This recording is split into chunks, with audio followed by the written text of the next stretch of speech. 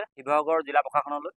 বিগত বৰ্ষসমূহত আমি জিলা প্ৰশাসনক আমি কিছুমান সমস্যাৰ যি কথা আমি কৈ আহিছোঁ, কিন্তু এই পৰ্যন্ত জিলা প্ৰশাসনক কোনো ধৰণৰ সহযোগিতা আগবঢ়োৱা পৰিলক্ষিত হোৱা নাই। সেই মৰ্মে আমি ইয়াত তাৰ প্ৰতিবাদ স্বৰূপে আজি প্ৰথম পৰ্যায়ত আমি এখন সংবাদমেল আয়োজন কৰিছোঁ।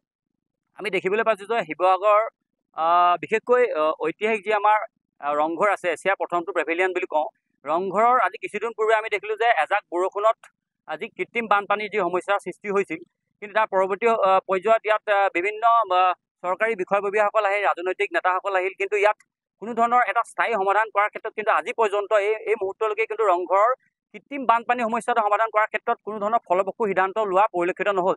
যাৰ ফলশ্ৰুতিত আজি ৰংঘৰে প্ৰতি মুহূৰ্তত এজাক বৰষুণতে বানপানীত ডুব যোৱা পৰিলক্ষিত হৈছে। গতিকে আমি অসম চৰকাৰলৈ অনুৰোধ জনাইছোঁ, পুৰাতত্ব বিভাগক অনুৰোধ জনাইছোঁ, PWD ডিপাৰ্টমেণ্টক অনুৰোধ জনাইছোঁ যাতে ৰংঘৰৰ যিটো কৃত্ৰিম বানপানী সমস্যা অনতিপলমে এতিয়া সময় থাকোঁতে আচলতে তেওঁলোকে যাতে এই সমস্যাটো সমাধান কৰাৰ ক্ষেত্ৰত যাতে গুৰুত্বপূৰ্ণ ভূমিকা পালন কৰে, তাৰ আমি দাবী উত্থাপন কৰিছোঁ। তাৰ সমান্তৰালকৈ যিখন এছিয়াৰ মানে আমাৰ স্বৰ্গদেউসকলৰ দিনতে প্ৰথমখন যিখন চিৰিয়াখানা বুলি কোৱা হয়, যিখন পহুগড়ৰ কথা ক'ব বিচাৰিছোঁ আমি, এই পহুগড়খন তাহানি দিওঁতে স্বৰ্গদেউসকলৰ যি উচ্চ মানদণ্ডৰ চিন্তা চৰ্চাৰে আচলতে এটা বিজ্ঞানসন্মত দৃষ্টিভংগীৰে যিখন আমাৰ চিৰিয়াখানা নিৰ্মাণ কৰি থৈ গৈছিল পহুগড়, এই পহুগড় বৰ্তমান সময়ত এলাগী হৈ আছে। এই পহুগড়ক যাতে এটা বৰ্তমান সময়ত বিজ্ঞানসন্মতভাৱে সংৰক্ষণ আৰু সৰ্বাৱৰ্ধন কৰি পৰ্যটকৰ আকৰ্ষণৰ কেন্দ্ৰবিন্দু কৰি যাতে তোলে, তাৰ আমি টাইম স্বতন্ত্ৰতা দাবী উত্থাপন কৰিছোঁ। ইয়াৰ সমান্তৰালকৈ আমি যমুনাৰ কথা ক'ব বিচাৰিছোঁ। যমুনাৰ যি অবৈধ বেদখল হৈছে, এই যমুনাৰ অবৈধ বেদখলে অনাগত দিনত যে যমুনাখন যে ইতিহাস প্ৰসিদ্ধ এখন যমুনা, যিখন যমুনাৰ লগত ঐতিহাসিক দৌল দেৱালয়, শিৱসাগৰ পুখুৰীৰ যি প্ৰাণী ভাৰসাম্যতাৰ লগত আজি গোটেই ইত্যাদি কথাবোৰ জড়িত হৈ আছে, এই যমুনাখন আচলতে এচাম লোকৰ অবৈধ দখলৰ ফলত যে নিশেষ হৈ গুচি যাব, আৰু বৰ্তমান যমুনা এখন ডাম্পিং গ্ৰাউণ্ডলৈ পৰিণত হৈছে। গতিকে জিলা প্ৰশাসনক আমি অনুৰোধ জনাইছোঁ যাতে যমুনাখন সংৰক্ষণ কৰাৰ ক্ষেত্ৰত যাতে এটা বিহিত ব্যৱস্থা গ্ৰহণ কৰে। আৰু ইয়াৰ সমান্তৰালকৈ যমুনাৰ ওপৰত কোন শ্ৰেণীৰ মানুহে বসবাস কৰি আছে, যমুনাত কোনে দখল কৰি আছে, এই প্ৰশ্নবোৰ আমি কৰিছোঁ প্ৰশাসনক। যমুনাক আচলতে দখল কৰাই নহয়, ইয়াত পটা কোনে পাইছে আৰু পটা কোনে প্ৰদান কৰিছে, কোন সময়ৰ পৰা কোন বিষয়ববীয়াসকল থকা অৱস্থাত চৰকাৰী আমোলাৰ বিষয়াৰ আশিক পুষ্ট হৈ আচলতে সেইসকল লোকে যমুনাৰ ওপৰত আচলতে পটা পাইছে, সেই যিসকল লোক জড়িত পটা দিয়াত, মণ্ডলেই হওক বা জিলা আয়ুক্ত কাৰ্যালয় কোনোবা বিষয়ববীয়া হওক, তেওঁলোকক যাতে গ্ৰেপ্তাৰ কৰিব লাগে, এটা দৃষ্টান্তমূলক শাস্তি দিব লাগে, যাতে ইয়াৰ আমি দাবী উত্থাপন কৰিছোঁ। আৰু ইয়াৰ সমান্তৰালকৈ ৰংগনাথ মন্দিৰ, যি ঐতিহাসিক মন্দিৰ, ৰংগনাথ মন্দিৰৰ যি আচলতে দুৰাৱস্থা, বৰ্তমান সময়ত এজাক বৰষুণত ৰংগনাথ মন্দিৰ বুৰ যোৱাৰ যি অৱস্থা, এই ৰংগনাথ মন্দিৰ যি পানীৰ সমস্যা, যাতে এটা নলাৰ স্থায়ী সমাধান কৰে, আমি তাৰ দাবী উত্থাপন কৰিছোঁ। আৰু আমি এটা কথা ক'ব বিচাৰোঁ যে আগন্তুক এতিয়া নৱবৰ্ষ আহি আছে।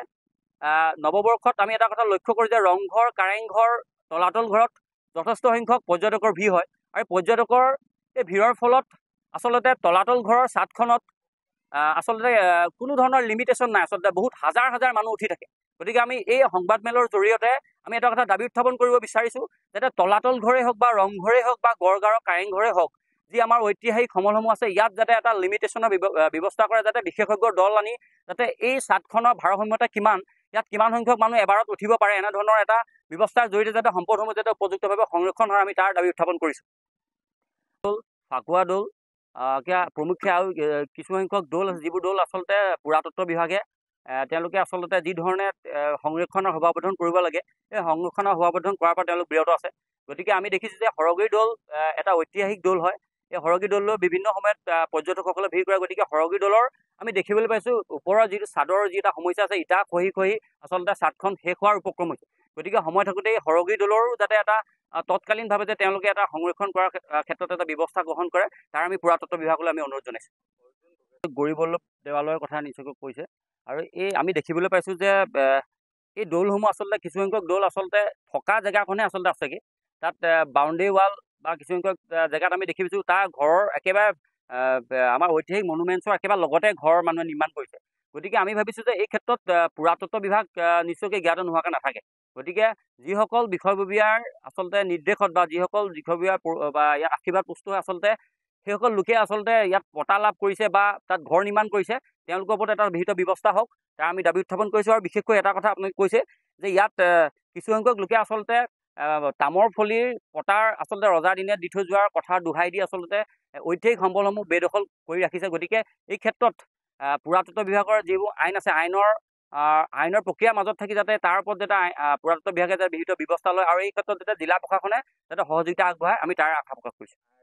নিশ্চয়কৈ এইবাৰ আমি টাইম ছাত্ৰ সন্থাৰ শিৱসাগৰ জিলা সমিতিয়ে আমি আপোনালোকক কৈছোঁ যে ঐতিহাসিক যিহেতু এই সম্পদৰাজি আছে, এই ঐতিহাসিক সম্পদৰাজি হৈছে অসমীয়াৰ ভৱিষ্যত দিনৰ আয়ুস ৰেখা। গতিকে সম্পদৰাজি নিশ্চয়কৈ আমি সংৰক্ষণ সমাবৰ্ধন আৰু বেদখল মুক্তৰ কাৰণে আমি টাইম ছাত্ৰ সন্থা শিৱসাগৰ জিলা সমিতিয়ে এইবাৰ কোনো কাৰণতে পিছ হুমুকি নাহোঁ, এই কথাটো আপোনালোকক আমি সংবাদ মাধ্যমৰ জৰিয়তে জনাইছোঁ। এটা গুৰুত্বপূৰ্ণ কথা, ৰংঘৰটোৰ আচলতে প্ৰকল্প হৈছে ঠিক আছে, আমি আদৰণি জনাইছোঁ, কিন্তু ইয়াৰ সমান্তৰালকৈ ৰংঘৰ প্ৰকল্পই আচলতে যাতে ৰংঘৰৰ যিটো প্ৰকৃত সৌন্দৰ্য বা ঐতিহ্য ৰংঘৰৰ প্ৰতি যাতে ভাবুকি নাহে তাৰ কথাও আমি লক্ষ্য ৰাখিব লাগিব। যিহেতু ৰংঘৰৰ পিছফালে আচলতে যিটো এটা জান আছিল, ঐতিহাসিক যি জান আছিল, এই জানেদি পানী ওলাই গৈ আচলতে নামদাঙত পৰিছিল, নামদাঙৰ পৰা এই পানী গৈ দিখৌত পৰিছিল, যিটো এটা ঐতিহাসিক স্বৰ্গদেউৰ দিনত এটা দূৰদৰ্শী চিন্তা চৰ্চাৰে আচলতে এই জানসমূহ খন্দাইছিল আৰু এই জানে পানী আচলতে ওলাই গুচি গৈছিল। কিন্তু পৰৱৰ্তী সময়ত আমি দেখিবলৈ পালোঁ এই জানসমূহ অবৈধ দখল আৰু পুতি পেলোৱাৰ ফলত আচলতে ইয়াত পানীবোৰ আচলতে উভতি আহে। গতিকে অতি গুৰুত্বপূৰ্ণ কথা, এতিয়া কথাটো হ'ল যে এই যিবোৰ জান আছিল, ঐতিহাসিক জানসমূহ যাতে পুনৰ আচলতে ইয়াত পানী ওলাই যাব পৰা যিটো ব্যৱস্থা আছে, এই ব্যৱস্থাটো যাতে কৰিব পাৰে। আৰু এই ক্ষেত্ৰত কিন্তু এই কামটো কৰিব যাওঁতে পুৰাতত্ব বিভাগে কিন্তু কোনো কাৰণতে কৰিব তেওঁলোকে নোৱাৰেগৈ। ইয়াত কিন্তু জিলা প্ৰশাসনে আচলতে যিটো সীমামূৰীয়া সমস্যা আছে, মানুহৰ মাটি কালি সমস্যা আছে, এই কথা বতৰাবোৰ জিলা প্ৰশাসনে কিন্তু তেওঁলোকক সহযোগিতা আগবঢ়াব লাগিব। কিন্তু আমি দেখিবলৈ পাইছোঁ ইয়াত কি পুৰাতত্ব বিভাগ কি জিলা প্ৰশাসন, আচলতে যেতিয়া পানী হয় ৰংঘৰত তেতিয়া সকলোৰে ইয়াত সোঁত বয়। আৰু ইয়াৰ এতিয়া দেখিবলৈ পালে ৰংঘৰত এতিয়া পানী নাই, কোনো নাই। এই মুহূৰ্তত আমি আচলতে এতিয়া 7 দিনৰ আমি সময়সীমা জিলা প্ৰশাসনক দিছোঁ। 7 দিনৰ ভিতৰত যদি এই ঐতিহাসিক বিশেষকৈ ৰংঘৰৰ যিটো কৃত্ৰিম বানপানীৰ সমস্যাটো আচলতে যাতে স্থায়ী সমাধানৰ ক্ষেত্ৰত যদি কোনো ধৰণৰ পদক্ষেপ বা আমাক যদি আশ্বাস বা তেওঁলোকৰ কাৰ্যক্ৰমণিকাৰ কথা যদি আমাক নজনায়, নিশ্চয়কৈ ইয়াৰ পৰৱৰ্তী পৰ্যায়ত আমি 8 নম্বৰ দিনা আমি প্ৰতিবাদী কাৰ্যসূচী আমি হাতত তুলি ল'বলৈ আমি বাধ্য। দখলৰ ওপৰত আমাৰ অবৈধ যিসকল বেদখল কৰিছে, ইয়াত যিসকল লোকে পটা প্ৰদান কৰিছে, আমি পুনৰবাৰ কৈছোঁ এই পটা প্ৰদান কৰাত সহযোগিতা কৰা যিসকল আমাৰ চৰকাৰী আমোলা বিষয়ববীয়া আছে তেওঁলোকৰ ওপৰত যাতে এটা শাস্তিমূলক ব্যৱস্থা হয়, আমি তাৰ দাবী উত্থাপন কৰিছোঁ। বিশেষকৈ ৰংঘৰৰ কথা আমি ক'ব বিচাৰিছোঁ। ৰংঘৰ যেতিয়া বাৰিষা আহে ইয়াত সকলো ভিৰ হয় ৰংঘৰৰ, কিন্তু ৰংঘৰৰ যিটো এটা বিজ্ঞানসন্মত পানীৰ ইয়াৰ পৰা পানী জমা নোহোৱা যিটো ওলাই যোৱাৰ ব্যৱস্থা আছিলে, সেই ব্যৱস্থাটো যাতে পুনৰ ইয়াত কাৰ্যকৰী কৰে তাৰ দাবী উত্থাপন কৰিছোঁ। কিয়নো এই ৰংঘৰ যদি এনেধৰণে কৃত্ৰিম বানত ডুব গৈ থাকে, কিন্তু অনাগত দিনত ৰংঘৰৰ প্ৰতি ভাবুকি আহিব। যিটো ৰংঘৰ এডাল ৰদ নোহোৱাকৈ স্বৰ্গদেউসকলে নিৰ্মাণ কৰি থৈ গৈছে, অলপমান চিমেণ্ট নোহোৱাকৈ, ৰদ চিমেণ্ট বালি নোহোৱাকৈ ৰংঘৰটো আজি যি অৱস্থাত তেওঁলোকে ৰাখি থৈ গৈছে, গতিকে এই সম্পদসমূহ যাতে তেওঁলোকে সংৰক্ষণ সমাৱৰ্তন সময় থাকোঁতে যাতে কৰে তাৰ আমি দাবী উত্থাপন কৰিছোঁ। কিয়নো স্বৰ্গদেউসকলে যথেষ্টখিনি আমাক দি থৈ গৈছে উপৰিপুৰুষে, কিন্তু থকা সম্পদখিনি আমি সংৰক্ষণ আৰু সমাৱৰ্তন কৰাত আমি সম্পূৰ্ণৰূপে ব্যৰ্থ হৈছোঁ। গতিকে চৰকাৰ, প্ৰশাসন, পুৰাতত্ব বিভাগ আমি সকলোকে অনুৰোধ জনাইছোঁ, সময় থাকোঁতেই যিহেতু আগন্তুক দিনত আমি শিৱসাগৰবাসীয়ে শিৱসাগৰ জিলাখন বিশ্ব ঐতিহ্যৰ ক্ষেত্ৰত স্থান পোৱাৰ আশা প্ৰকাশ কৰিছোঁ। গতিকে এইসমূহ সম্পদ যি অবৈধ দখল বা আমাৰ ইয়াত অবৈধ যি পটা লাভ কৰিছে, এইবোৰৰ ক্ষেত্ৰত যাতে জিলা প্ৰশাসনে যাতে যুদ্ধকালীন প্ৰস্তুতিৰে যাতে এটা ব্যৱস্থা গ্ৰহণ কৰে তাৰ আমি দাবী উত্থাপন কৰিছোঁ।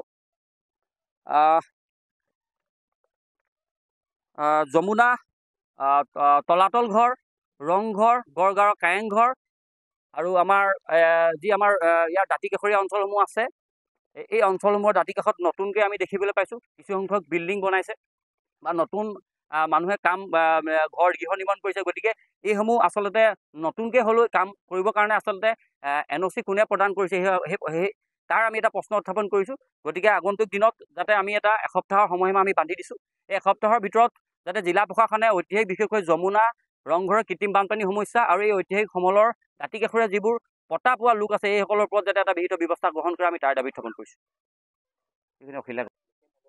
সংবাদমেলত উপস্থিত থকা শিৱসাগৰ জিলাৰ বিভিন্ন প্ৰান্তৰ পৰা সংবাদসেৱীসকল সকলোকে মই সদৌ টাইম ছাত্ৰ সন্থা শিৱসাগৰ জিলা সমিতিৰ তৰফৰ পৰা আন্তৰিক শ্ৰদ্ধা জ্ঞাপন কৰিছোঁ। আপোনালোকে হয়তো জানে আমাৰ এই সম্পদসমূহ, প্ৰাকৃতিক যিবোৰ সম্পদ, আমাৰ পৌৰাণিক যি কীৰ্তিচিহ্ন যি সম্পদ, এই সম্পদসমূহ কিন্তু বেদখলকাৰীৰ কবলত। কিন্তু আমি সদৌ টাইম ছাত্ৰ সন্থাই জন্মলগ্নৰ পৰা এই বেদখলসমূহ আমি মুক্ত কৰিবৰ কাৰণে সদায় দাবী জনাই আহিছোঁ, কিন্তু আজি পৰ্যন্ত চৰকাৰে কিন্তু তাত কোনো গুৰুত্ব দিয়া নাই, আমি দেখিবলৈ পাওঁ। বিশেষকৈ আপুনি যমুনাৰ ক্ষেত্ৰত আপোনালোকে হয়তো দেখিছে, তাত অবৈধ বেদখলৰ কবলত ডাঙৰ ডাঙৰ বিল্ডিং হৈছে, ডাঙৰ ডাঙৰ অফিচ বনাইছে, ডাঙৰ ডাঙৰ কলেজে বেদখল কৰিছে। গতিকে বিভিন্ন প্ৰান্তৰ সম্পদসমূহ তাত ধ্বংস কৰিছে। গতিকে আমি সদৌ টাইম ছাত্ৰ সন্থাই আমি দাবী জনাই আহিছোঁ, যমুনাখন বেদখল মুক্ত কৰিব লাগিব। আমাৰ প্ৰাকৃতিক সম্পদসমূহ বচাব লাগিব, দৌল দেৱালয়সমূহ বচাব লাগিব। গতিকে আমি সদৌ টাইম ছাত্ৰ আজি প্ৰেছ মিটৰ জৰিয়তে আমি চৰকাৰক দাবী জনাব বিচাৰিছোঁ বা অসম চৰকাৰক দাবী জনাব বিচাৰিছোঁ বা জিলা প্ৰশাসনক দৃষ্টি কৰিব বিচাৰিছোঁ যাতে আমি অনতিপলমে যদি এই বেদখলসমূহ যদি মুক্ত নকৰে আমি সদৌ টাইম ছাত্ৰ সন্থাই ৰাজপথলৈ আহিবলৈ বাধ্য হ'ম বা আমি জিলাখন অস্থিৰ কৰি দিবলৈ আমি বাধ্য হ'ম।